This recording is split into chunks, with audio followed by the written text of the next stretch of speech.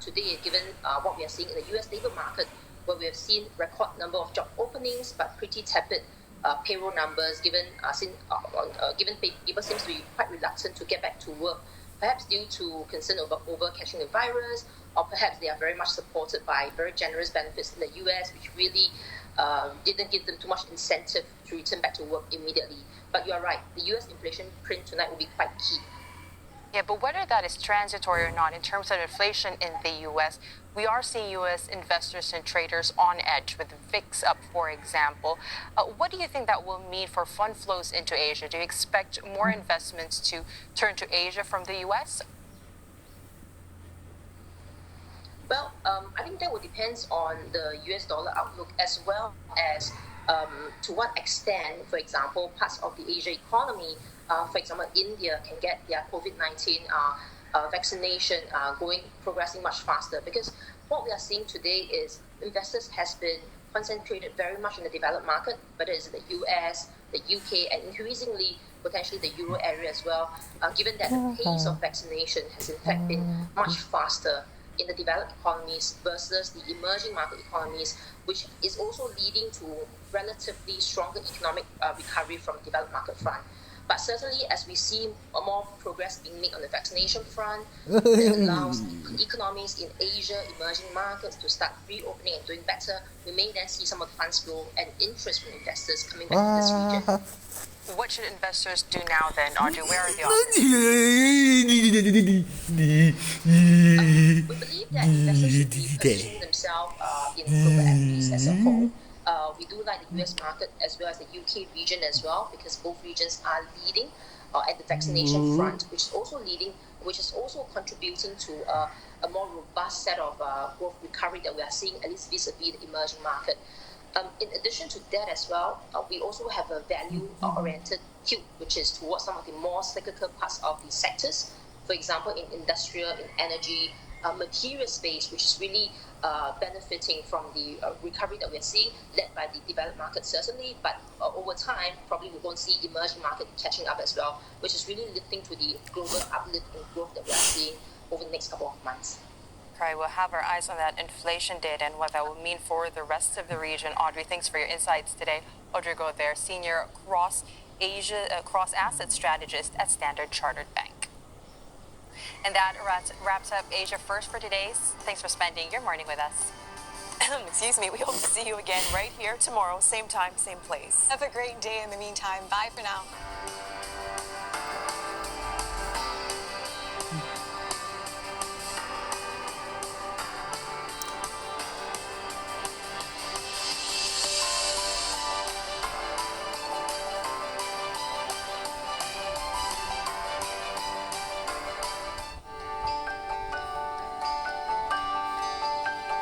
Look forward to brighter skies.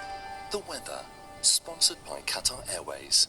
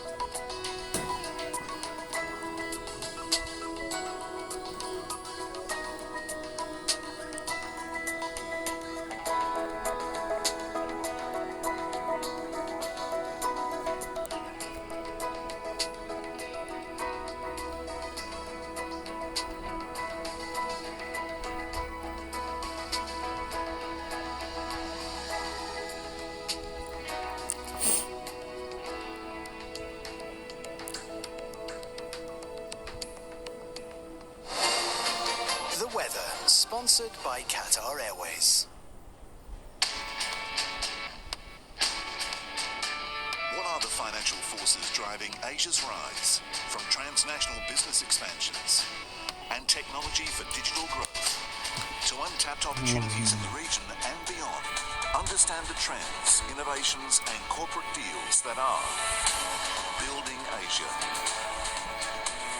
Asia First, Monday mornings on CNA. CNA Leadership Summit. Presenting partner, Daikin. The human cost of the climate crisis will become even greater. A timely conversation on one of the biggest challenges facing the world today. Climate change will affect every single person. A leadership summit is imperative. In order to bring various leaders together to start thinking about sustainability. Observing stringent safety measures, business leaders and decision makers gathered physically and virtually to discuss collective actions for a green recovery. The message delivered was one of hope, that there are many solutions out there for climate change. A big thank you to all panelists and participants at this year's CNA Leadership Summit. Organised by MediaCorp. Official car partner, BMW. Official partner, RBC, Royal Bank of Canada.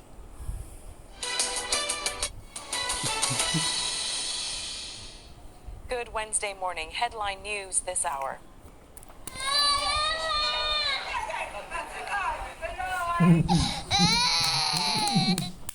Death, injury, and mourning on both sides. Israeli forces pound Gaza after Hamas militants fire rockets at Tel Aviv and other targets in the Jewish state. A rapid escalation of tensions, with a UN official warning it's heading towards a full-scale war. The UN Security Council is holding an emergency meeting later today, its second gathering in 3 days. India's pandemic pain worsens. Small-town hospitals locked in a desperate fight against COVID-19, flooded with patients and short on supplies, while dozens more bodies wash up on the banks of the Ganges River. This as several states work to secure their own coronavirus vaccines in an effort to ramp up the country's inoculation drive. Meantime, the World Health Organization says the more contagious coronavirus variant first found in India is circulating in more than 40 nations. The agency has also received reports of detections from 5 additional countries. Occurrences of the mutation are happening across the WHO's 6 regions. Plus, Malaysia starts its nationwide lockdown as a third wave of COVID-19 washes over the country, with the top health official admitting the government may have loosened restrictions too soon. And Singapore leaders warn the city-state is on the knife's edge, saying an uptick in local infections could go either way in the next few weeks. It only takes one lapse or one irresponsible action for an infection to spread. And that infection may end up being a super spreader event in the community. News and in-depth features on the pandemic on our digital arm. Head to CNA.Asia and check out the CNA mobile app. That's the latest from the CNA newsroom this morning.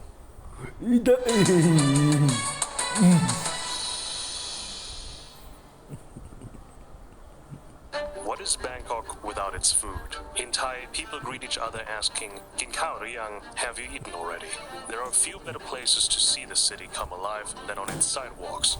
But while one's enjoying a meal, another might wonder if the prices will remain the same, or if small businesses like these can make ends meet. That is on the minds of many Thais these days, as life gets ever more hectic. But at least for a little while, one can take pause and savor what the city has to offer. Breaking news. Chanting for Prime Minister Prayut Chan-o-cha to step down. We will be seeing sporadic protests flare up from time and time again. Key developments. 37 ASEAN Summit. Live events. Analysis and perspectives. We will really be seeing vaccines soon. Imports, which were expected to grow slightly, contracted 2.1%. News that matters. Asia Now, daily. On CNA.